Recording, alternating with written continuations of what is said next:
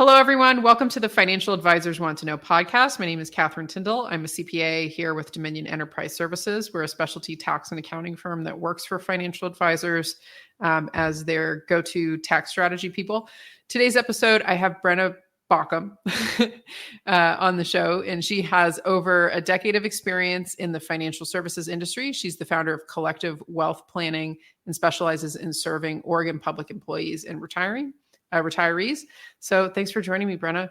Yeah, thanks for having me, Catherine. Happy to be here. Happy to chat. So we initially got connected, I think, over, I had watched a podcast that you had been on and then some posts that you had around developing community and, your experiences with like developing centers of influence and, building networks and that sort of thing as you've built up your practice over time, not having big institutional support like some people get. So I think it's a really great conversation because I've encountered, within my practice, I've had a couple of clients who are advisors complain about that and that it can be challenging when you're out on your own, or maybe it's you and then you have one other partner. But if you're more just geographically focused, it can get kind of isolating, not being able to connect with other advisors who are going through the same struggles of trying to, form their practices, grow their practices.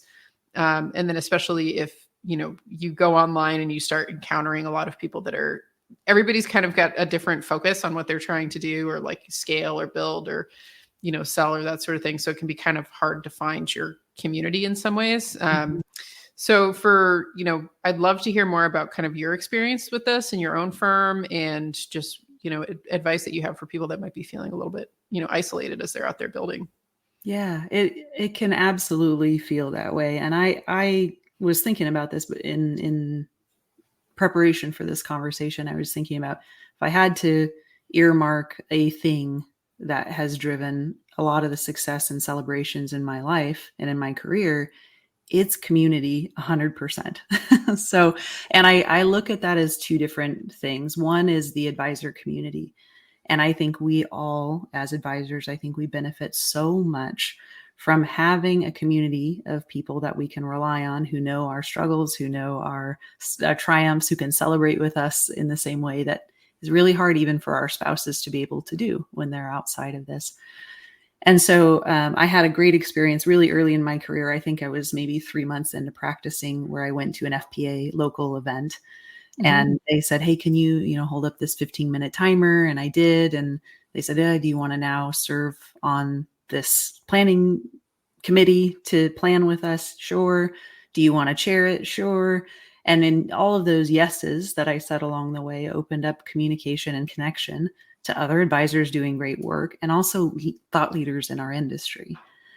And so I always recommend to folks, no matter where they are in their career, is plugging into one of the big organizations like either NAPFA or FPA is a great place to start. So but they are big. So it can be hard to find your way. I remember the first year I went to NorCal even, which isn't the national FPA event. It's just FPA NorCal. And I still felt like a tidal wave, right? And there were so many people, and how do you plug in and how do you find your people? So those are kind of the first two organizations, and finding ways to be relevant and to be needed, right? I guess for lack of a better term, in terms of like, somebody's got to host this conference. I can do that, right? So finding ways to really plug in and give back, I think, is an important piece of this. And that's what leads to this being reciprocal for you in the end. So certainly those two organizations, and they opened my eyes to more focused organizations that I wanted to be a part of. And for me, my passion around financial planning, what makes this such a rewarding career, is to use a life planning approach in my work with client families. And so I found out about Money Quotient. I found out about the Nasrudin Project. And both of those offer really deep communities of advisors to partner with and learn from. I would be remiss as an XY partner not to mention XY Planning Network as a potential community. That's kind of what they are known for. And so I have a number of advisors that we've developed masterminds, and we meet biweekly and those kind of things to be able to collaborate. And to your point earlier, when you were introducing this topic, I serve a pretty different demographic than most of the XY members that are in my groups. I really like working with Gen X and boomers, and even older than that. That's my passion and who I love. And that's not the case for a lot of the people in my XY mastermind groups. And so, but I still learn quite a bit. So I think maybe the bottom line of all of this is plugging into different communities with different levels of focus, of interest. I could spend my whole life just meeting with those communities because I learn so much with them. But of course, you have to hone in. So I think the benefit we have of having done this for a while as advisors is we're able to say, this is what I want to do. This is where I want to be. Here's who I want to serve, and really hone in on finding that community, because chances are now it's out there. One of the things I think we can thank Michael Kitces for is his beating the drum of picking a niche, because what it's done is create all of these study groups around serving women, LGBTQIA, all of these different communities. And so it's bringing together advisors in a way that I don't think we were able to do even 10 years ago. So I'm excited to see that development. Yeah, that's interesting that you say that, because I get the sense, that there is a piece that goes hand in hand between the finding your community and then just being really particular about your niche. Like the more that you know who you are, it's easier to find, who's aligned enough with you that you can, learn from, and you're on the same mission, you're on the same journey. I've certainly found that in the accounting industry, surprisingly, like there's a lot more of that. I think just professional services in general is starting to move in that direction, where people aren't needing huge institutional support in order for them to be able to make their own way and have those positive, colleague interactions where, they don't have to be in the cubicle next to you in order for you to have the benefit of having those relationships and getting some of that experience.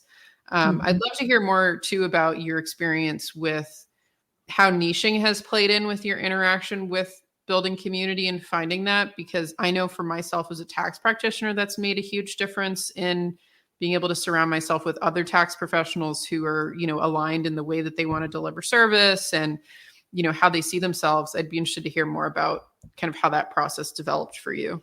Hey there, Catherine here. Thanks for listening to the conversation. Just wanted to explain a little more about what we do. So I'm a CPA here with Dominion. We're a tax firm that works specifically for financial advisors as they're growing and scaling their practices to help them avoid tax waste, make the right calls, and grow practices that they love.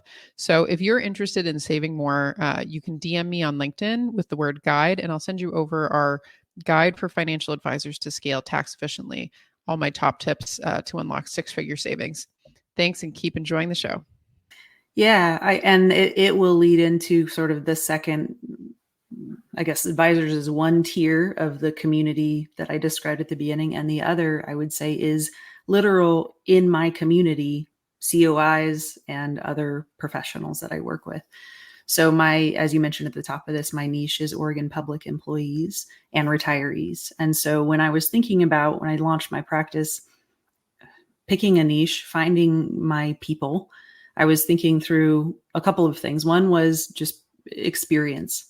So in my practice and in doing this for as long as I have, I've worked with a lot of Oregon public employees and retirees over time. So I'm getting down the language of the weirdness of our pension system here in Oregon, which is one pension system. Most states have several for various professions. We just have one big one, which means it's like tax code. It's all complicated and cobbled together, which you know better than anybody. And so to have that experience, and then also the experience of RMDs and QCDs and all of the strange little nuances that go with retirement planning and deep into retirement and aging planning.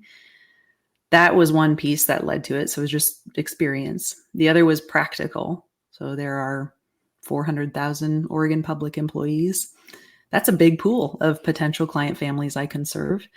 And I'm in Salem. Or the capital of Oregon. So lots of public employees live in and around here. So there's just a practical perspective from there.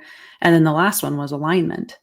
So in terms of alignment, a couple of meanings by that. One is I felt like a lot of people who are drawn to public service have a heart for service, or as in Rotary, we call it a service above self type of mindset.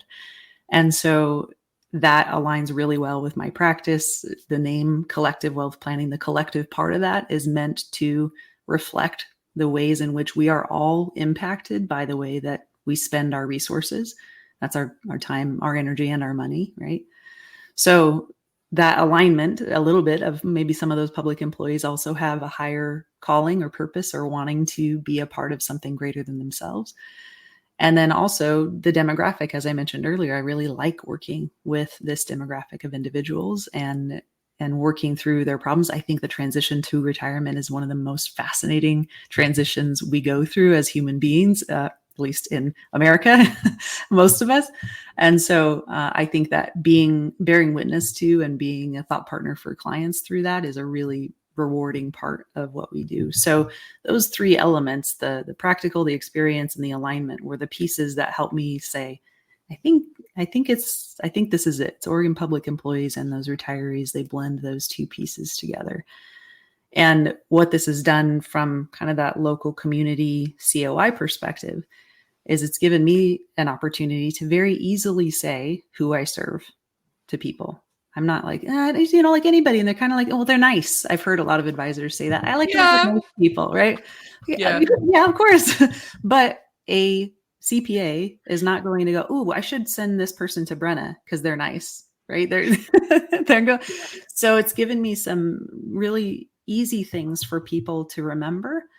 And those COIs, I've been so pleasantly humbled by how often they have come through with great referrals. And that to me speaks very highly of their trust in me, right? And they trust me to work with their client families. I expect that they care about their clients as much as I do about mine. So it's no small feat to send somebody to a referral source, and you really want to make sure that's a good fit. So I always send a thank you note to all of my COIs every time, even if the prospect wasn't a fit for me and I ended up sending them somewhere else. I still want that person to know I appreciated them thinking about me. I'm also really intentional about scheduling lunch once a month with somebody. And because I've been in Salem for over 20 years, it's not a cold call kind of lunch. It's more like, hey, I saw you at Rotary last week and I was thinking it's been a while since we've caught up. And then we talk 10% about business and the rest about life and other things. And it's more natural, right? But it's intentional. It's natural, but it's intentional.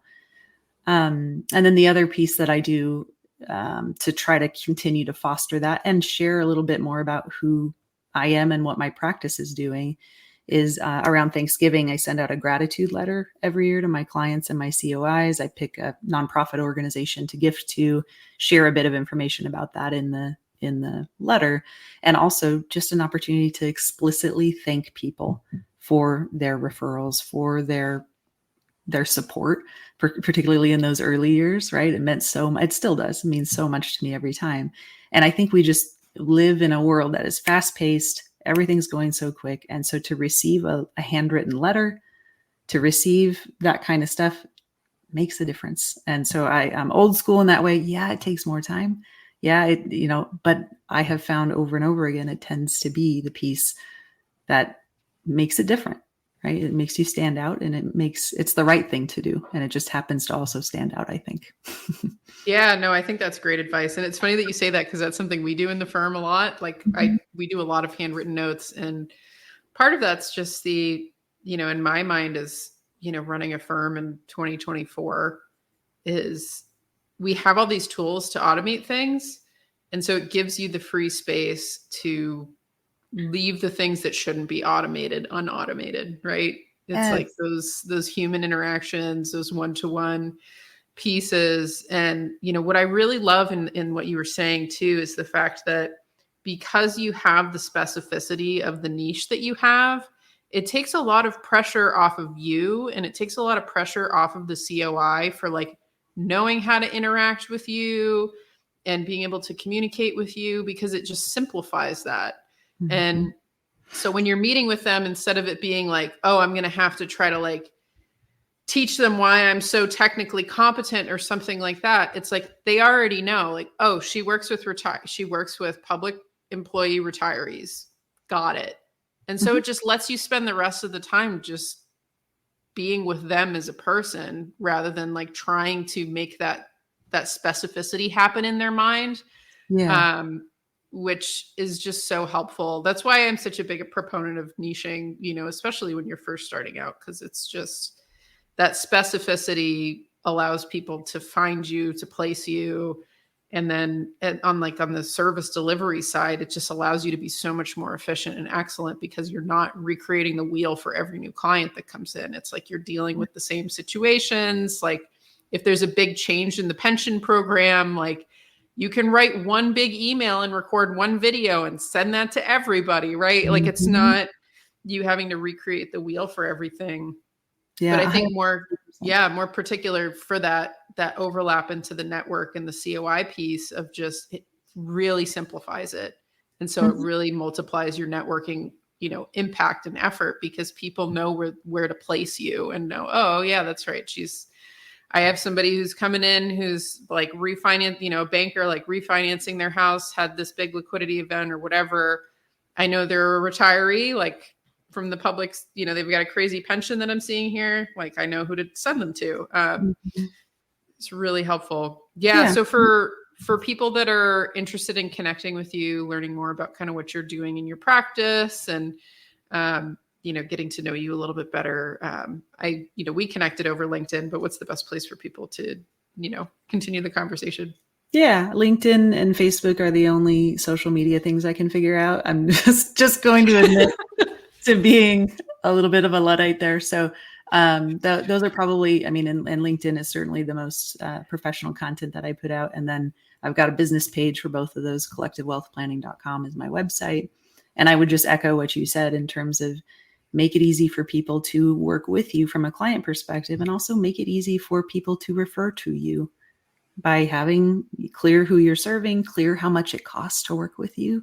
That's sometimes hard in our industry, but I think it's the brave and right thing to do is make it very easy for people to see that. So there's examples of that all over my site, and happy to chat with anybody if a continued conversation would be helpful.